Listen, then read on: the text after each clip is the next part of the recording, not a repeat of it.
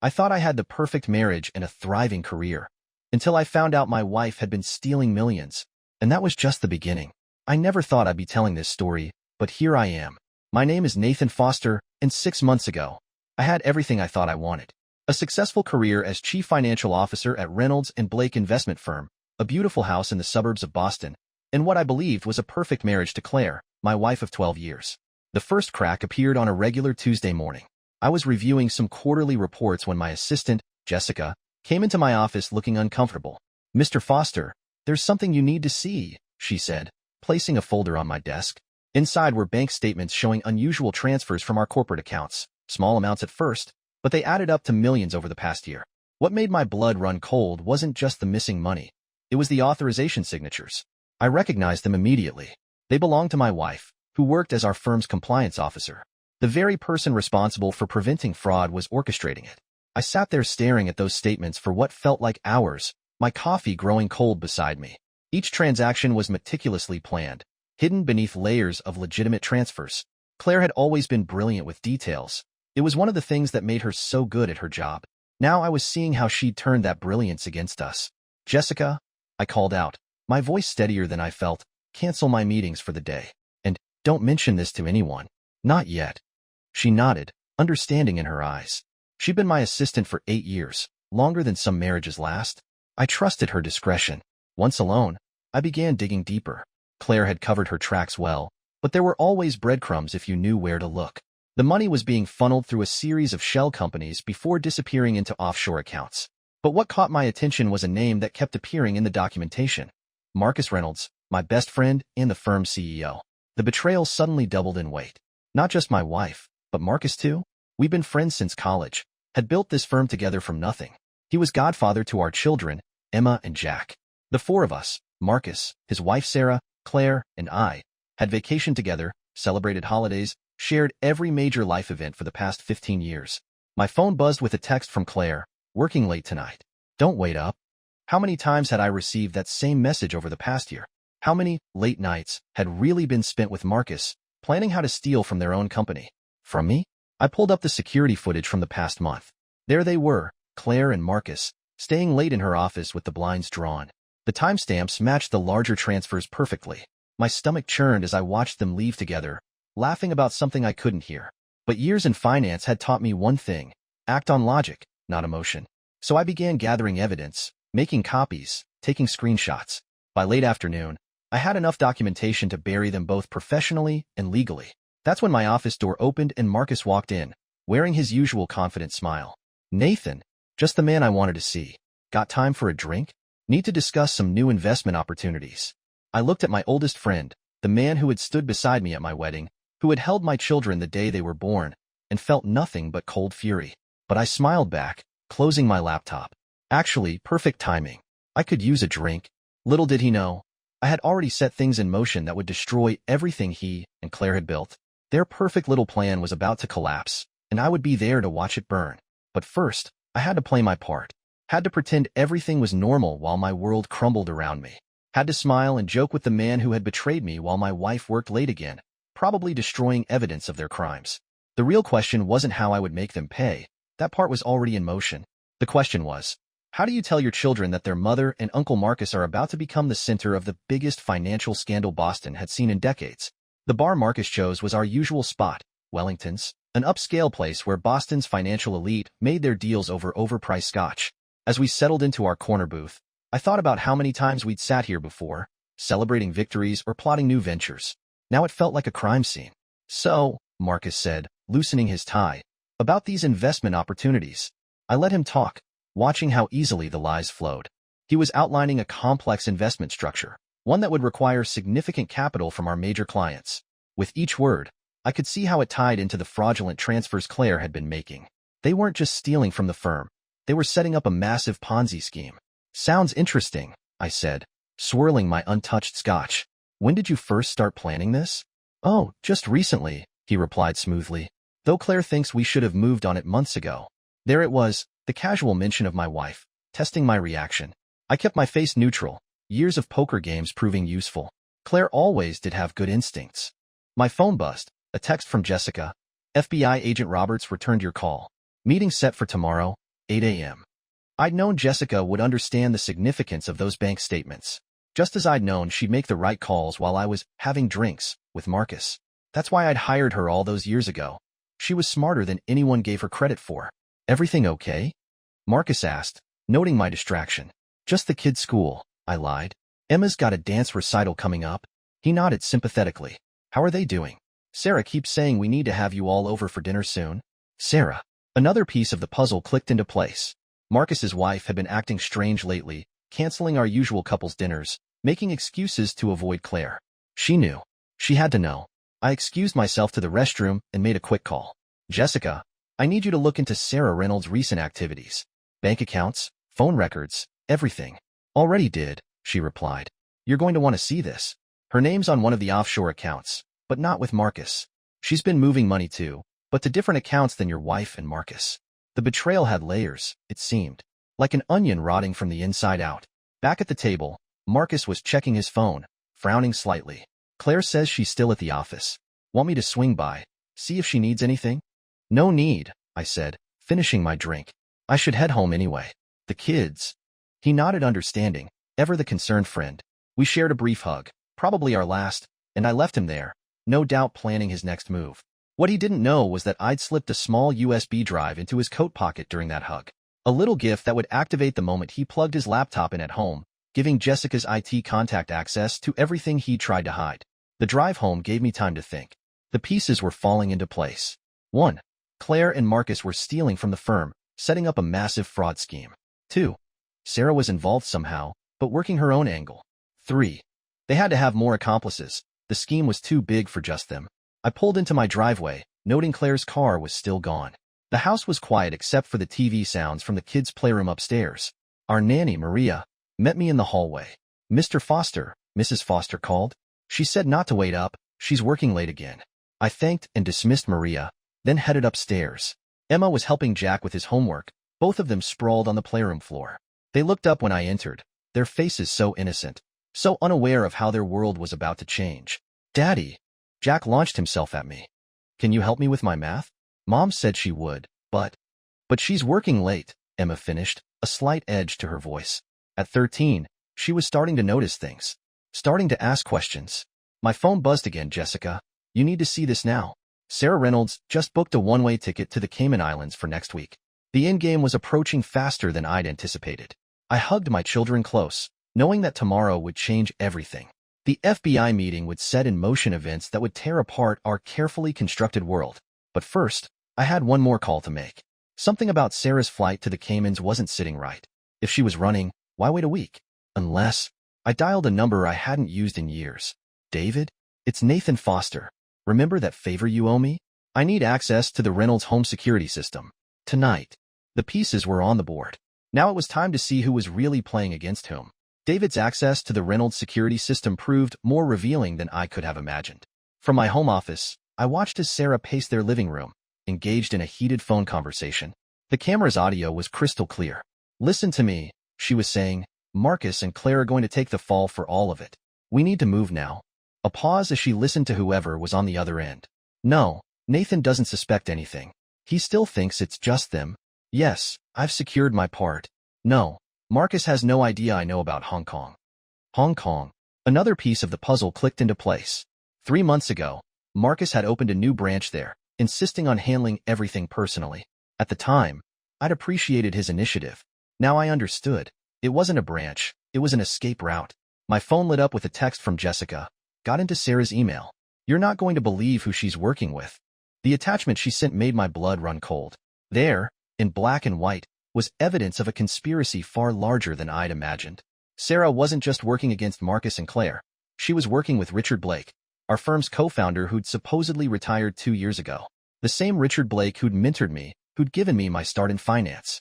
The man who'd introduced me to Claire at the company Christmas party 15 years ago. It hadn't been a coincidence. None of it had been. I pulled up the original bank statements Jessica had shown me that morning. Was it really only this morning? And started cross-referencing dates. A pattern emerged, stretching back not just months, but years. My hands were shaking as I dialed Jessica. I need everything we have on Blake, I said when she answered. Everything.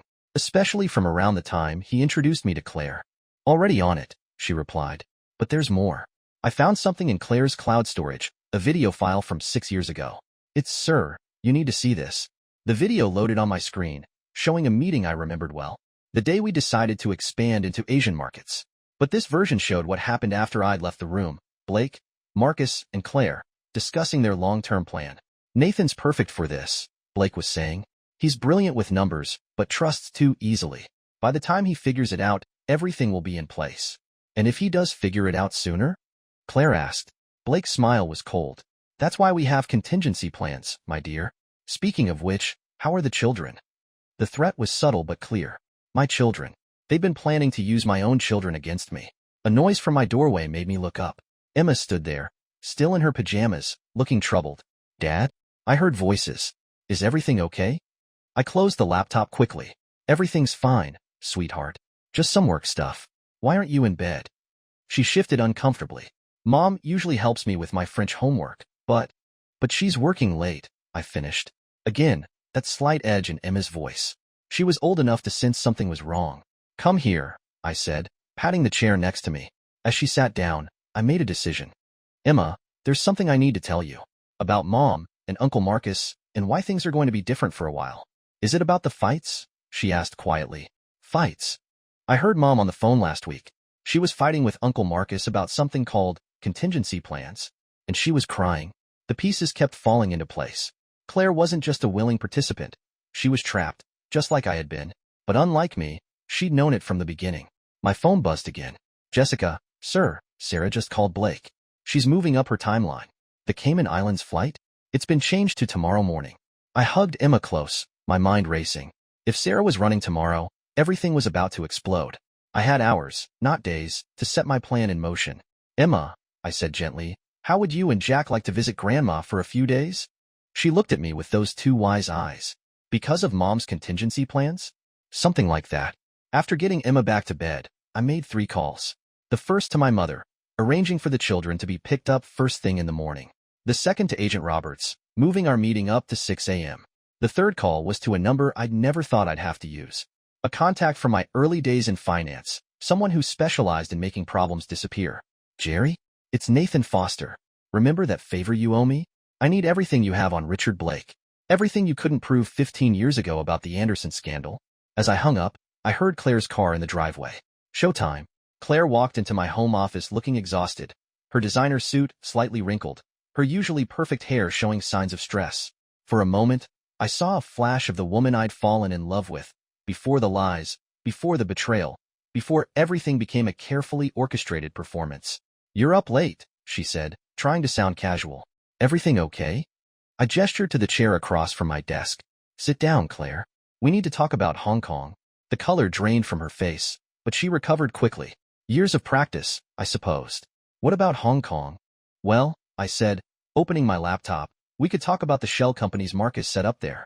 Or the money laundering operation you've been running through them. Or maybe, I turned the screen toward her, showing the video from 6 years ago. We could discuss Richard Blake's contingency plans. She stared at the frozen image of herself with Blake and Marcus, her composure finally cracking. How did you find out? Does it matter? What matters is that I know everything. The question is, I leaned forward, do you? What's that supposed to mean?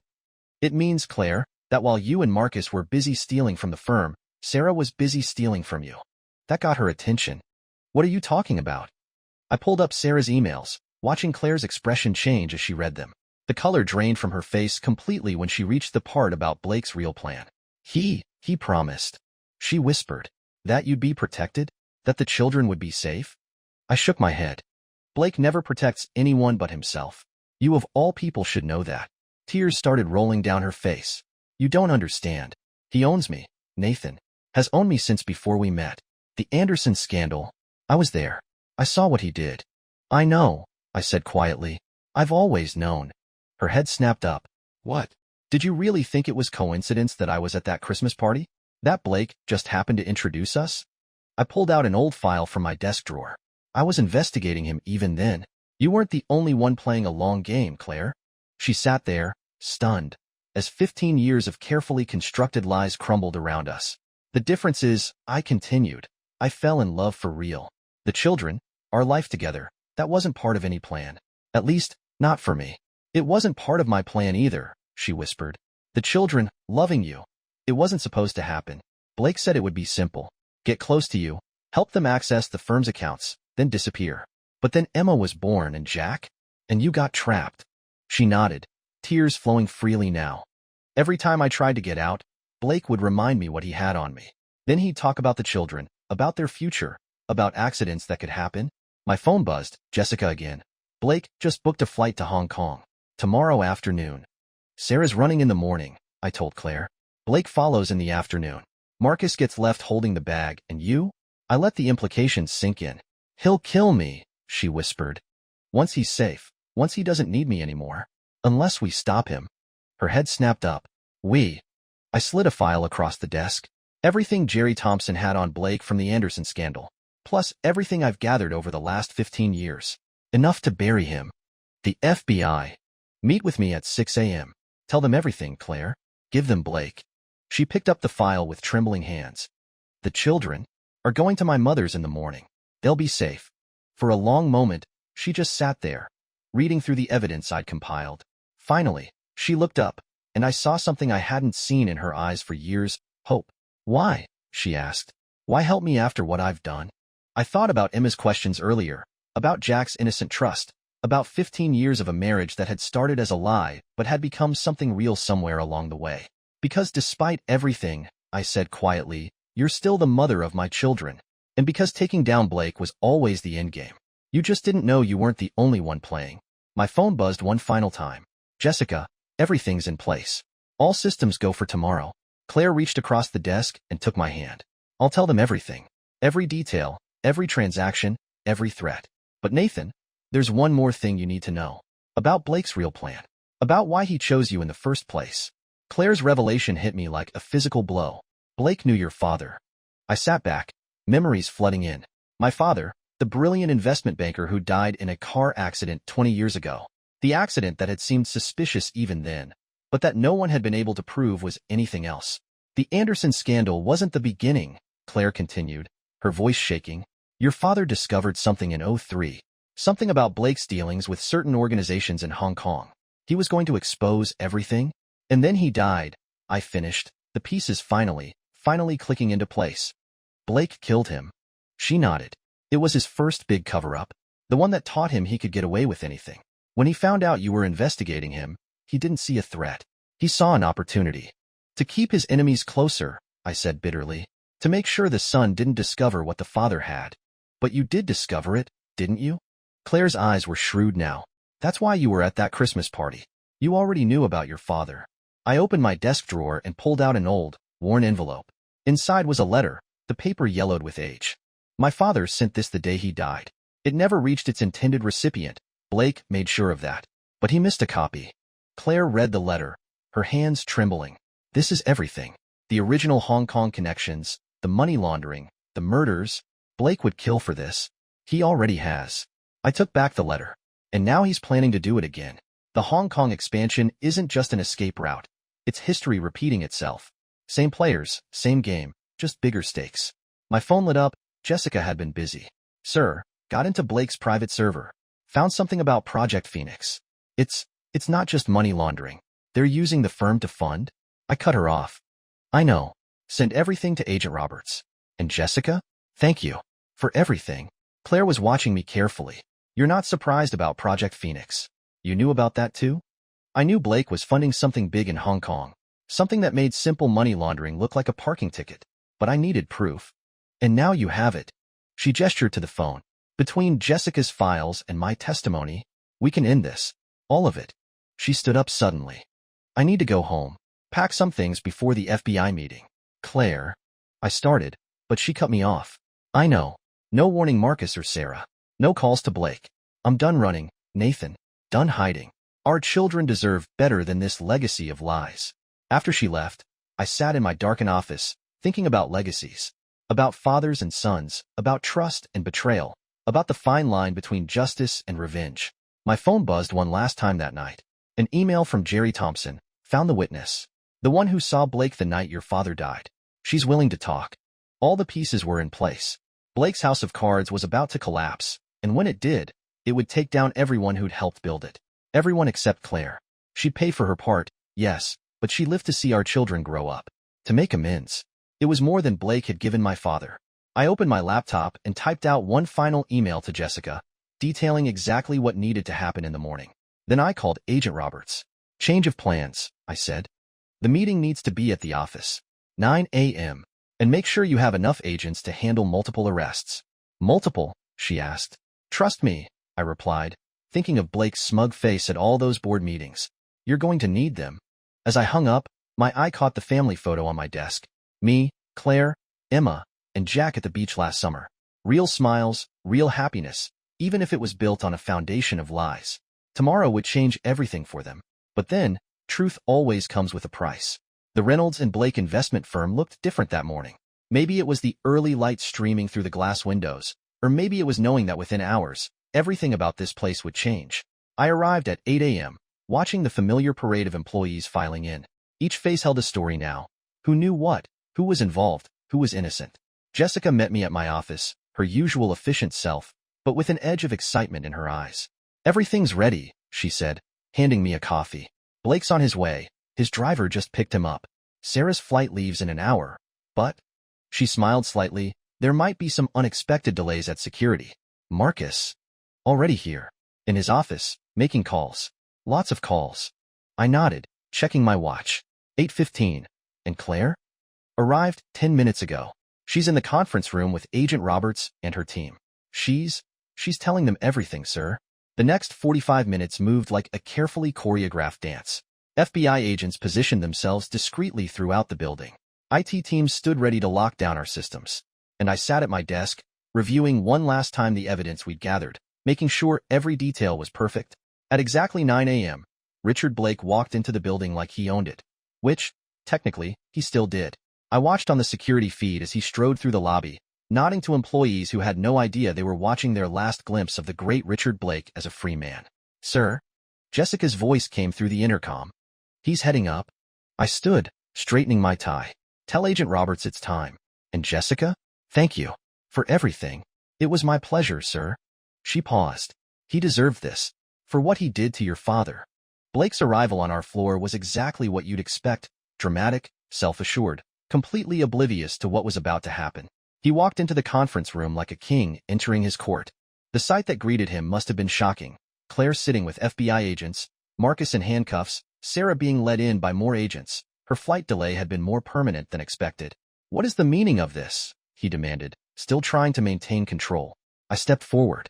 Hello, Richard. We need to talk about Hong Kong. And about a car accident 20 years ago. The color drained from his face as he saw what I was holding. My father's letter, finally reaching its intended audience after 2 decades. You can't prove anything, he said, but his voice lacked its usual confidence. Actually, Agent Roberts stepped forward. We can prove everything. Miss Foster has been very cooperative. And Mr. Reynolds here, she nodded to Marcus, who looked like he'd aged 10 years overnight, has agreed to testify about Project Phoenix in exchange for considerations. You don't understand what you're doing, Blake tried one last time. The people in Hong Kong have already been arrested, I finished. Turns out when you give the FBI enough evidence of international money laundering and conspiracy to commit murder, they move rather quickly. The next few hours were a blur of arrests, statements, and reporters gathering outside our building. The story would be everywhere by evening. How the prestigious Reynolds and Blake firm had been brought down by its own founders' crimes. Claire was taken away too, but her cooperation meant a lighter sentence. She'd be out in time to see Emma graduate high school. Marcus and Sarah faced stiffer penalties. Their greed had outweighed any redemption. But Blake's face when they showed him the witness testimony about my father's murder, that's something I'll never forget. Later that evening, I sat in my home office again, but everything felt different. Emma and Jack were back from my mother's, trying to understand their new reality. Claire was gone, but at least they knew the truth now, or as much of it as they could handle. My phone buzzed one last time. Jessica, thought you'd want to know. Blake's Hong Kong contacts? They've started talking. Everything's coming out now. I looked at the family photo on my desk, thinking about legacies and truth and justice. My father had died trying to expose Blake's crimes. 20 years later, his son had finished what he started. Dad? Emma stood in the doorway, looking older somehow. Are you okay? I smiled, holding out my arm. She came and sat beside me, just like she had that night when everything started to unravel. You know what your grandfather used to say? I asked her. The truth always comes out in the end. It's just a question of who gets to tell it. She leaned against me, understanding more than a 13-year-old should have to. And we got to tell it this time? Yes, sweetheart. We did. Outside, I could hear Jack playing in the backyard, his world already beginning to heal. Children are resilient that way. They learn to live with new truths, to build new normals. My phone buzzed again. Agent Roberts this time. Blake's talking. Says he has more names to give us. This goes deeper than we thought. But that would be another story, another battle. For now, I had my children to think about, a company to rebuild, and a legacy to restore. The price of truth had been high, but as I sat there with my daughter, listening to my son's laughter floating through the window, I knew it had been worth it. Sometimes the greatest victory isn't in the revenge you take, but in the truth you finally get to tell.